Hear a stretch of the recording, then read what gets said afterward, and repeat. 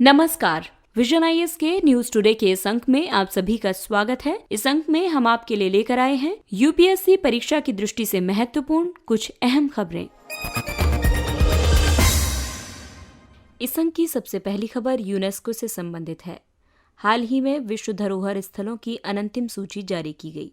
विश्व धरोहर सूची के अंतर्गत स्थलों की बढ़ोतरी एक सतत प्रक्रिया है। इन स्थलों का चुनाव यूनेस्को के मानदंडों को पूरा करने की उनकी क्षमता के आधार पर किया जाता है। किसी स्थल को विश्व स्थल के रूप में नामित होने के लिए अनंतिम सूची के अंतर्गत सूचीबद्ध होना एक पूर्व आवश्यक शर्त है। वर्तमान में भारत में कुल 38 विश्व धरोहर स्थल हैं। विश्व धरोहर स्थल के रूप में नामांकन के लिए धोलावीरा का प्रस्ताव वर्ष 2019-20 में प्रस्तावित किया गया था और शांति निकेतन और होयसल के पवित्र स्थापत्य समूह का प्रस्ताव वर्ष 2021-22 के लिए प्रस्तुत किया गया है। आइए अब इन स्थलों और इनकी प्रमुख विशेषताओं के बारे में जानते हैं। धोलावीरा एक हड़प्पा कालीन नगर है।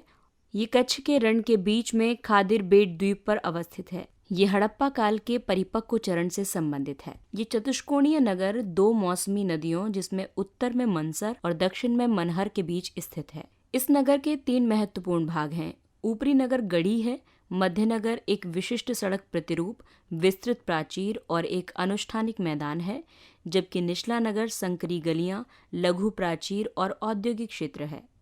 धोलावीरा में निर्माण के लिए भलीभांति गढ़े हुए पत्थरों का व्यापक पैमाने पर उपयोग किया गया था। इस नगर में जल संरक्षण प्रणाली वर्षा जल संचयन पर आधारित थी। इसके अलावा कुछ शैलकृत कुओं की भी खोज की गई है। अगला स्थल है शांति निकेतन, जो कि पश्चिम बंगाल में है। शांति निकेतन एक विश्वविद्यालय शहर के रूप में विख्यात है। इसका निर्माण मूल रूप से देवेंद्रनाथ टैगोर द्वारा एक आश्रम के रूप में किया गया था, जहां कोई भी व्यक्ति एक परम ईश्वर का ध्यान कर सकता था। यहाँ निर्मित संरचनाओं में शांति निकेतन गृह और एक रंगीन कांच का मंदिर था। इस मंदिर में किसी भी संप्रदाय का श्रद्धालु देवोपासना कर सकता था। बाद में निर्मित अन्य महत्वपूर्ण संरचनाओं में नंदलाल बोस द्वारा निर्मित सुंदर भित्ति चित्रों से युक्त पाठ भवन, नतुनवाड़ी जो कि एक घास फूस से निर्मित कुटीर है, इसको भी शामिल किया गया। तीसरा स्थल है होयसल शासकों का पवित्र स्थापत्य समूह। ये कर्नाटक के बेलूर और हलेबीडु में है। ये पश्चिमी घाट के गिरिपद में स्थित है। इस पवित्र स्थापत्य समूह में हिंदू मंदिर, जैन मंदिर, संपूरक संरचनाएं, जटिल मूर्तिकला और मूर्ति विज्ञान, मंदिर, नृत्य और संगीत आदि शामिल हैं। बेलूर में चेन्ना केशव मंदिर और हेलेबीडु में होयसलेश्वर मंदिर को होयसल कला की उत्कृष्ट कृतियां माना जाता है। सर्वाधिक उल्लेखनीय स्थापत्य उपलब्धि तारे के आकार की योजनाओं में निर्मित पाषाण के मंदिर हैं। होयसल स्थापत्य कला नागर और द्रविड़ कला शैलियों की एक मिश्रित शैली है। यहाँ कल्याणी या सीढ़ीदार कुएं पाए गए हैं। ये स्थापत्य समूह वैष्णववाद, शैववाद और जैन धर्म की आध्यात्मिक मान्यताओं के विकास में एक महत्वपूर्ण अभिकर्ता है। अगली खबर उच्चतम न्यायालय से संबंधित है। उच्चतम न्यायालय ने ये परीक्षण करने का निर्णय लिया है कि क्या 50% आरक्षण सीमा पर निर्णयन बड़ी पीठ को भेजा जाना चाहिए। सुप्रीम कोर्ट ने मराठा आरक्षण की संवैधानिक वैधता की जांच करते हुए इस मामले के विचाराधीन मुद्दों को रेखांकित किया है, जिनमें प्रमुख हैं वर्ष 1992 में इंदिरा साहनी वाद में दिए गए फैसले पर पुनर्विचार करने की आवश्यकता है अथवा नहीं है। आपको बता दें कि इंदिरा साहनी वाद में सुप्रीम कोर्ट ने असाधारण परिस्थितियों को छोड़कर नौकरियों और शिक्षा में अधिकतम 50% आरक्षण निर्धारित किया था। मराठा कोटा कानून को असाधारण परिस्थितियों की छूट के अंतर्गत पारित किया गया है, जिसके तहत आरक्षण 50% की सीमा को पार कर सकता है। दरअसल गुजरात में पटेल, हरियाणा में जाट और आंध्र प्रदेश में कापू समुदाय द्वारा की जा रही आरक्षण की मांग भी मराठा आरक्षण मुद्दे के समान ही है। राज्यों ने इंदिरा साहनी वाद के निर्णय के बाद आरक्षण संबंधी कानूनों को 9वीं अनुसूची में शामिल करके 50% की सीमा का उल्लंघन किया है। 102वां संविधान संशोधन अधिनियम राज्य की विधायिका को राज्य के भीतर सामाजिक और आर्थिक रूप से पिछड़े वर्गों को आरक्षण का लाभ प्रदान करने के उद्देश्य से उनकी पहचान करने के लिए कानून अधिनियमित करने की उसकी शक्ति से वंचित करता है। इस संशोधन ने राष्ट्रीय पिछड़ा वर्ग आयोग को संवैधानिक दर्जा प्रदान किया है। इसने संविधान में अनुच्छेद 342A को शामिल किया है। इसके अंतर्गत राष्ट्रपति राज्य के राज्यपाल के परामर्श से कई राज्यों और संघ राज्य क्षेत्रों में सामाजिक एवं शैक्षणिक रूप से पिछड़े वर्गों की पहचान के लिए प्राधिकृत है। आइए अब इंदिरा साहनीवाद में आरक्षण के लिए निर्धारित की गई शर्तें जानते हैं। इसके तहत सामाजिक और शैक्षणिक रूप से पिछड़े वर्ग के लिए आरक्षण हो सकता है। ऊर्ध्वाधर आरक्षण पर 50% सीमा का निर्धारण किया गया था। क्रीमी लेयर को पिछड़े वर्ग से बाहर किया जाना चाहिए और पदोन्नति में कोई आरक्षण नहीं होना चाहिए। अगली खबर नीति आयोग से संबंधित है। नीति आयोग ने भारत में इलेक्ट्रिक वाहनों के लिए वित्त पोषण पर रिपोर्ट जारी की है। इस रिपोर्ट में भारत में इलेक्ट्रिक वाहनों की स्वीकार्यता में वित्त की भूमिका को रेखांकित किया गया है। भारत के इलेक्ट्रिक व्हीकल तंत्र के समक्ष अभी भी प्रौद्योगिकी लागत, बुनियादी ढांचे की उपलब्धता और उपभोक्ता व्यवहार संबंधी अवरोध उपस्थित हैं। आइए अब जानते हैं इस रिपोर्ट के मुख्य निष्कर्षों के बारे में। रिपोर्ट के मुताबिक मांग सृजन, राज्य की इलेक्ट्रिक व्हीकल नीतियां और घरेलू विनिर्माण के कारण इलेक्ट्रिक व्हीकल के प्रति आकर्षण में वृद्धि हो रही है। इलेक्ट्रिक वाहनों को अपनाने के लिए इलेक्ट्रिक वाहन चार्जिंग अवसंरचना और बैटरी क्षेत्र में आगामी दशक में संचित रूप से $266 बिलियन के पूंजी निवेश की आवश्यकता है। भारत में इलेक्ट्रिक व्हीकल की स्वीकार्यता के समक्ष कई बाधाओं की पहचान की गई है, जैसे उच्च प्रौद्योगिकी लागत, नीति का कार्यान्वयन, कम घरेलू विनिर्माण और आपूर्ति, चार्जिंग अवसंरचना जैसे बुनियादी ढांचे के निर्माण में कमी आदि। वित्त पोषण संबंधी बाधाओं की बात की जाए तो इसमें उच्च ब्याज दरें, ऋण मूल्य अनुपात का कम होना, सीमित वित्त पोषण विकल्प, उच्च बीमा लागत आदि शामिल है। रिपोर्ट में आवश्यक पूंजी को उत्प्रेरित करने के लिए समाधान के कुछ विकल्पों की पहचान की गई है। इसमें लघु अवधि के समाधानों के तहत बैंकों को ऋणों में वृद्धि के लिए प्रोत्साहित करने के लिए प्राथमिकता प्राप्त क्षेत्र को उधार यानी PSL संबंधी दिशा निर्देशों में EVs को शामिल करना, ऋण की वहनीयता में सुधार के लिए ब्याज सहायता प्रदान करना और मध्यम अवधि के समाधानों के लिए इलेक्ट्रिक व्हीकल मॉडल से संबंधित अनिश्चितता के निवारण के लिए उत्पाद की गारंटी और वारंटी प्रदान की जाएगी। सरकार और विविध हितधारकों के नेतृत्व में एक जोखिम साझाकरण तंत्र स्थापित किया जाएगा। ये तंत्र इलेक्ट्रिक व्हीकल क्षेत्र में विश्वास सृजन के साथ साथ EVs के वित्त पोषण से संबंधित संभावित क्षतियों को समाविष्ट करेगा। इसके अलावा दीर्घावधि के लिए भी कुछ समाधान सुझाए गए हैं, जैसे उद्योग नेतृत्व आधारित बायबैक यानी वापसी खरीद कार्यक्रम, जैसे द्वितीयक बाजार का विकास करना और बैटरी रिपर्पजिंग योजनाओं का निर्माण करना आदि, जिनसे EVs के अवशिष्ट मूल्य में सुधार प्रेरित होगा। अगली खबर राज्य व्यवस्था से संबंधित है। हरियाणा सरकार विधानसभा में अविश्वास प्रस्ताव का सामना करेगी।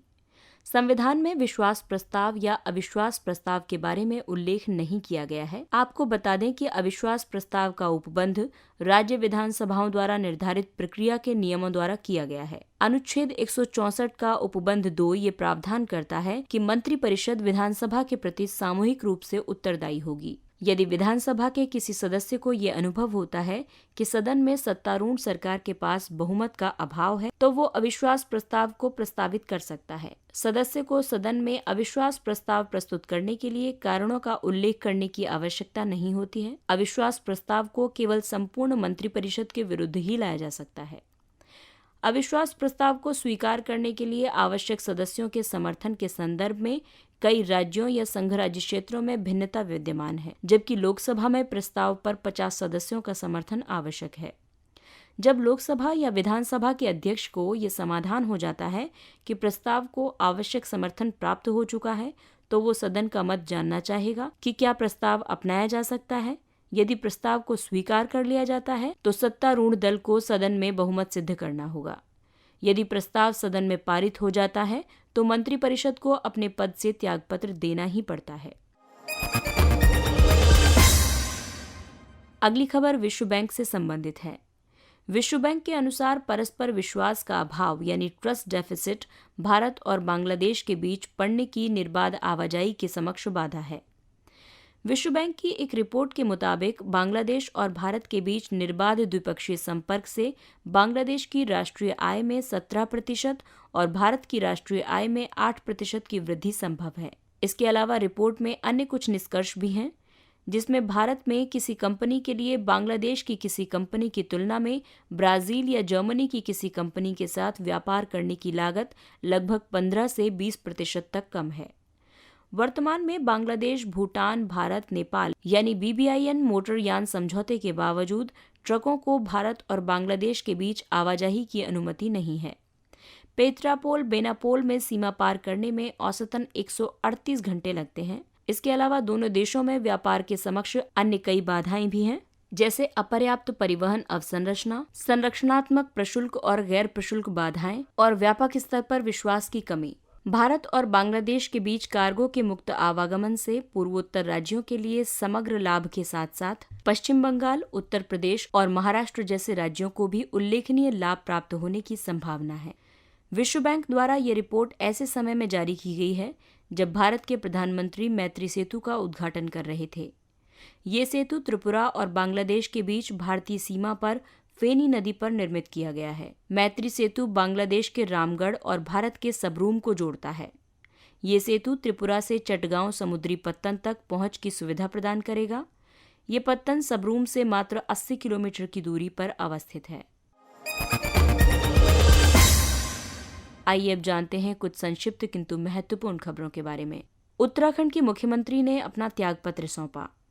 राज्यपाल को त्यागपत्र सौंपने के बाद मुख्यमंत्री को राज्यपाल की प्रतिक्रिया की प्रतीक्षा है। इस दौरान पदग्राही मुख्यमंत्री ही कार्यवाहक मुख्यमंत्री बनकर सरकार का संचालन कर रहे हैं। एक बार त्यागपत्र स्वीकार कर लेने के बाद राज्यपाल के पास कई विकल्प होते हैं। राज्यपाल के पास ये विकल्प होते हैं कि वो या तो वर्तमान सत्तारूढ़ दल से उम्मीदवार के मनोनयन के लिए कह सकता है और उस दल को सदन में बहुमत सिद्ध करने के लिए कह सकता है, या अन्य दलों को बहुमत सिद्ध करके सरकार का गठन करने के लिए आमंत्रित कर सकता है, या यदि ये दोनों विकल्प सफल नहीं होते हैं तो राष्ट्रपति से अनुच्छेद 356 के तहत राज्य आपातकाल के प्रवर्तन का निवेदन कर सकता है। आर्थिक सहयोग और विकास संगठन OECD के अनुसार वित्त वर्ष 2022 में भारत की GDP 12.6% तक बढ़ने की संभावना है, जो इसे विश्व की सबसे तेजी से बढ़ती अर्थव्यवस्था बना देती है। इसी रिपोर्ट के अनुसार फाइनेंशियल ईयर 2021 के लिए भारत की GDP 7.4% तक संकुचित रहने की अपेक्षा है। OECD एक अंतर्राष्ट्रीय संगठन है जो सभी के लिए समृद्धि, समानता, अवसर और कल्याण को बढ़ावा देने के लिए बेहतर नीतियों के निर्माण के लिए कार्य करता है। वर्तमान में इसके 37 सदस्य हैं। भारत इसका सदस्य नहीं है। इसका मुख्यालय पेरिस में अवस्थित है। National employability through apprenticeship programme NETAP द्वारा हाल ही में किए गए एक अध्ययन के अनुसार प्रशिक्षुओं की भर्ती में वृद्धि दिखाई दी है। लगभग 41% नियोक्ता प्रशिक्षुओं यानी अप्रेंटिस को नियोजित करने के इच्छुक हैं। समीक्षा में शामिल 16 से अधिक क्षेत्र प्रशिक्षुओं को नियोजित करने के लिए उत्सुक थे। इन क्षेत्रों में विनिर्माण, ऑटोमोबाइल, यात्रा और आतिथ्य आदि शामिल हैं। नेताप एक प्रशिक्षु प्रशिक्षण कार्यक्रम है। इसका उद्देश्य संगठनों को एक योग्य, मजबूत और टिकाऊ कार्यबल एवं उत्पादक मानव आपूर्ति श्रृंखला विकसित करने में सहायता प्रदान करना है। ये नियोक्ता द्वारा 100% वित्त पोषित सार्वजनिक निजी भागीदारी पहल है। इसके हितधारकों में वर्तमान में team lease skill university, school गुरु, भारतीय उद्योग परिसंघ और कौशल विकास मंत्रालय शामिल हैं। साइबर वॉलेंटियर कार्यक्रम। गृह मंत्रालय ने जानकारी दी है कि साइबर स्वच्छता को प्रोत्साहन देने के लिए साइबर वॉलेंटियर प्रोग्राम को आरंभ किया गया है। देश में साइबर अपराध के विरुद्ध प्रयासों में योगदान देने के लिए नागरिकों को एकजुट करना, साइबर अपराधों पर अंकुश लगाने के लिए राज्य या संघ शासित प्रदेशों की कानून प्रवर्तन एजेंसियों की सहायता करना इसका उद्देश्य है। साइबर वॉलेंटियर प्रोग्राम की परिकल्पना भारतीय साइबर अपराध समन्वय केंद्र I4C द्वारा की गई है। भारतीय साइबर अपराध समन्वय केंद्र I4C गृह मंत्रालय के अंतर्गत एक निकाय है। ये साइबर अपराध के विरुद्ध किए जा रहे प्रयासों में राष्ट्रीय स्तर पर एक नोडल अभिकरण के रूप में कार्य करता है। ये साइबर अपराध की रोकथाम, उनका पता लगाने, जांच और अभियोजन में शिक्षा और उद्योग जगत, जनता तथा सरकार को एक साथ एक मंच पर लाता है। Doctors without borders. इसने सरकारों से कोविड-19 से निपटने के लिए विकसित चिकित्सा उपकरणों पर बौद्धिक संपदा से जुड़े प्रावधानों में छूट के प्रस्ताव का समर्थन करने का आह्वान किया है। ये एक अंतर्राष्ट्रीय मानवीय समूह है जो संकट के दौरान लोगों को चिकित्सा देखभाल प्रदान करने के लिए समर्पित है। जिसमें राजनीतिक हिंसा और प्राकृतिक आपदाओं से पीड़ित लोग भी शामिल हैं। इसकी स्थापना वर्ष 1971 में पेरिस में हुई थी। इसे कई महाद्वीपों पर मानवतावादी कार्यों के लिए वर्ष 1999 में नोबेल शांति पुरस्कार से सम्मानित किया गया था। सूर्य मंदिर कोणार्क, उड़ीसा। ये मंदिर सूर्यदेव को समर्पित है। इसका निर्माण 13वीं शताब्दी में नरसिंह देव प्रथम के शासनकाल में हुआ था। इस मंदिर को 7 घोड़ों द्वारा खींचे गए 24 पहियों पर स्थापित रथ के रूप में डिजाइन किया गया था। ये वास्तुकला की कलिंग शैली है। इसे विश्व धरोहर स्थल के रूप में सूचीबद्ध किया गया है। आजादी का अमृत महोत्सव। हाल ही में स्वतंत्रता के 75 वर्ष पूर्ण होने के उपलक्ष्य में आजादी का अमृत महोत्सव के आयोजन के दौरान प्रधानमंत्री के नेतृत्व वाली राष्ट्रीय समिति की पहली बैठक संपन्न हुई। राष्ट्रीय समिति राष्ट्रीय और अंतर्राष्ट्रीय स्तर पर भारतीय स्वतंत्रता की 75वीं वर्षगांठ की स्मृति के लिए कार्यक्रमों की रूपरेखा तैयार करने के लिए नीतिगत निर्देश और दिशा निर्देश प्रदान करेगी। प्रधानमंत्री ने अपने संबोधन में जानकारी दी कि उत्सव के लिए 5 स्तंभ निश्चित किए गए हैं, जिनमें शामिल हैं स्वतंत्रता संग्राम, आइडियाज एट 75, 75 पर उपलब्धियां, 75 पर कार्य और 75 पर समाधान। इसके साथ ही ये अंक समाप्त होता है। अगले अंक में फिर मुलाकात होगी कुछ अन्य महत्वपूर्ण खबरों के साथ। तब तक अपना ख्याल रखिए, सुरक्षित दूरी बनाए रखिए, मास्क पहनिए। नमस्कार।